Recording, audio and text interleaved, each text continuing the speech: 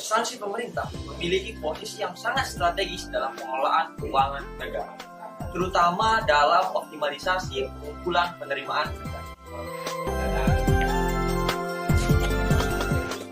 Bagaimana tidak?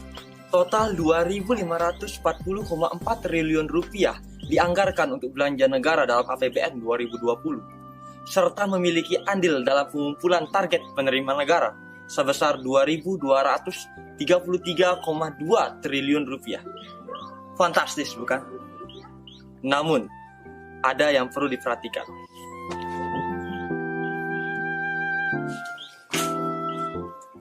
Sosialisasi tentang kewajiban perpajakan instansi pemerintah tentu telah dilakukan. Namun pada kenyataannya masih banyak instansi pemerintah yang belum melaksanakan kewajiban perpajakannya secara menyeluruh. Perhatikan permasalahan berikut dan simak isi materi.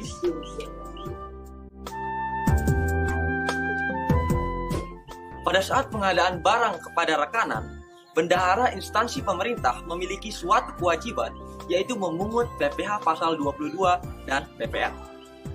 Yang menjadi objek pungutan PPh pasal 22 yaitu seluruh transaksi belanja barang, sedangkan yang menjadi objek pungutan PPN yaitu seluruh transaksi barang dan jasa.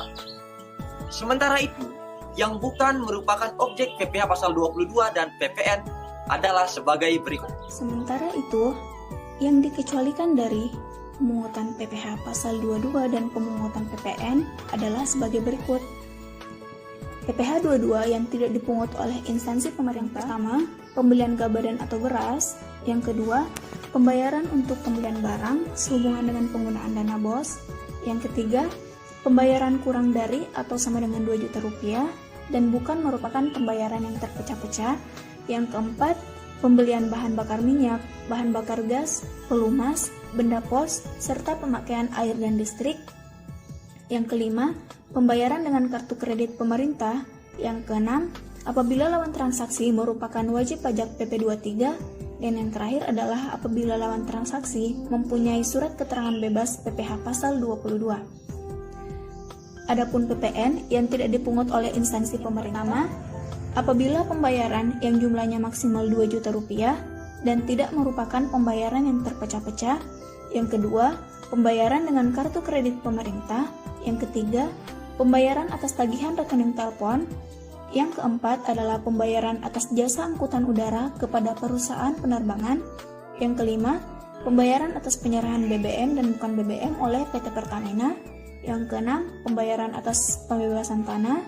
Serta yang terakhir adalah pembayaran atas penyerahan BKP dan atau JKP yang mendapat fasilitas PPN tidak dipungut atau dibebaskan dari pengenaan PPN.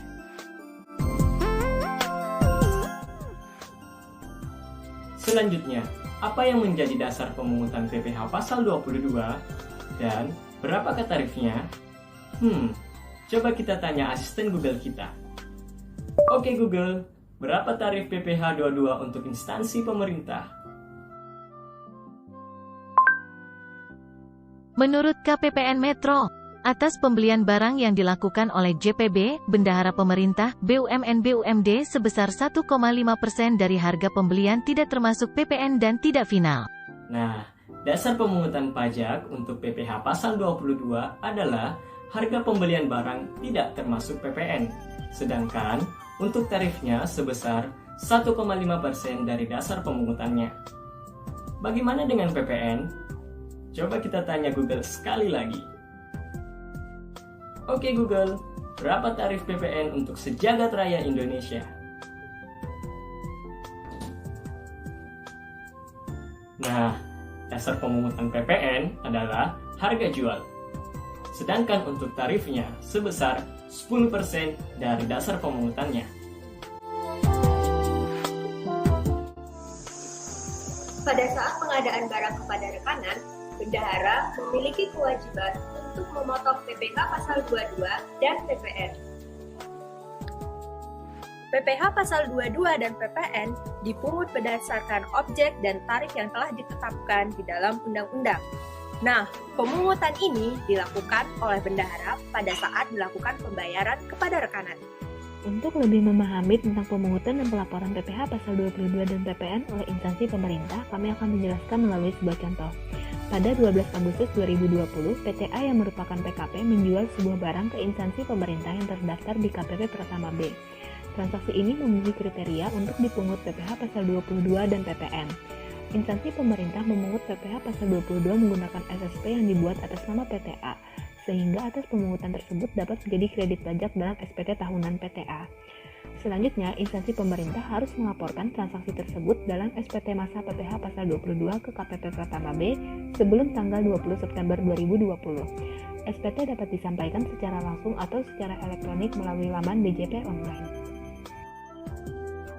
Untuk pemungutan PPN, PTA sebagai PKP rekanan harus menerbitkan faktur pajak dan bendahara harus melaporkan pemungutan tersebut menggunakan SPT masa PPN 1107 PUT baik secara langsung atau melalui jasa ekspedisi sebelum tanggal 30 September 2020.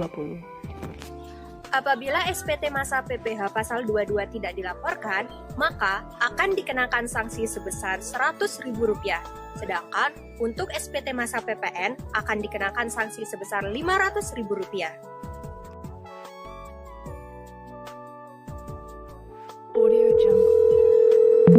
Saya Bendahara Dana Desa. Saya memiliki beberapa permasalahan. Salah satunya dalam rangka penyetoran pajak saya sering menggunakan satu NPWP, yaitu NPWP instansi pemerintah untuk semua transaksi pemotongan pajak maupun pemungutan pajak. Apa tindakan saya itu dapat dibenarkan? Kemudian permasalahan saya yang lain itu kemarin ada dapat STP. Untuk pembayarannya sendiri itu untuk pengisian kode billingnya apa bisa tetap menggunakan kode billing untuk PPh pasal 22 atau sebenarnya mempunyai kode billing tersendiri yang berbeda dari pembayaran kode billing untuk PPh pasal 22. Baik, terkait dengan pemaparan permasalahan yang telah disampaikan, sebenarnya terdapat dua kasus. Yang pertama terkait dengan NPWP, yang kedua terkait dengan kode jenis setoran. Di mana dalam penyelesaian kasus NPWP tersebut sebenarnya ada perbedaan antara pemotongan dan pemungutan dalam pembuatan kode billing, di mana untuk pemotongan pajak seperti PPh pasal 21, PPh pasal 23, dan PPh pasal 4 ayat 2 itu dalam pembuatan kode billingnya akan menggunakan NPWP dari instansi pemerintah, sedangkan untuk PPh pasal 22 dan PPN yaitu terkait dengan pemungutan pajak itu akan menggunakan NPWP dari rekanan dalam pembuatan kode billing. Jika terjadi kesalahan dalam penggunaan NPWP tersebut, sebenarnya bendahara atau instansi pemerintah dapat melakukan pemindahbukuan ke kantor pajak dan tentunya memerlukan waktu dan proses dalam penyelesaiannya. Terkait permasalahan yang kedua mengenai kode jenis setoran, sebenarnya dapat diselesaikan dengan pemahaman yang lebih mengenai kode jenis setoran dan kode akun pajak. Tentunya untuk transaksi yang berbeda akan menggunakan kode yang berbeda pula dalam melakukan pembayaran atau penyetoran PPh pasal 22. Atas kasus yang telah dijelaskan sebelumnya berkaitan dengan STP, yaitu pembayaran STP tersebut tidak dapat menggunakan kode billing untuk pembayaran PPh pasal 22 karena kode billing yang digunakan untuk pembayaran STP adalah 411 122 300, sedangkan pembayaran PPh pasal 22 yang dilakukan oleh Bendahara Dana Desa akan menggunakan kode billing 411 122 903. Dan apabila terjadi kesalahan dalam penyetoran, bendahara atau instansi pemerintah dapat melakukan pemindahbukuan ke kantor pajak. Yaitu dari pembayaran PPh pasal 22 ke jenis setoran STP. Ini untuk beragam macam dari jenis kode billing penyetoran PPh pasal 22 akan ditampilkan di sini.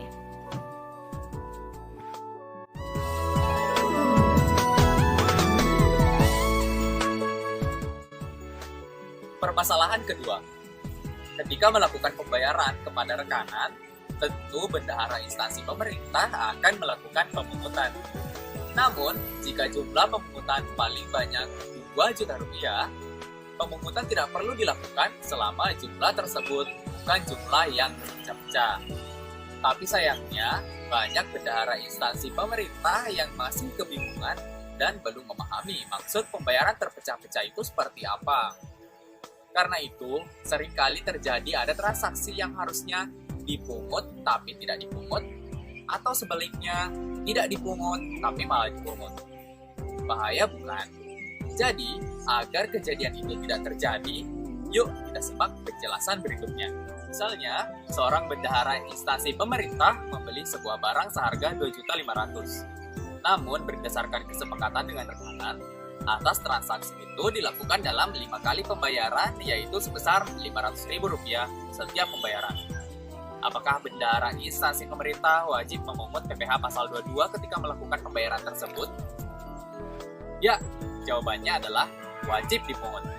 Jadi, walaupun pembayarannya Rp500.000, bendahara wajib memungut PPh pasal 22 sebesar Rp7.500. Karena transaksi ini termasuk dalam pembayaran yang terpecah-pecah, di mana jumlah pembayarannya sudah melebihi Rp2 juta.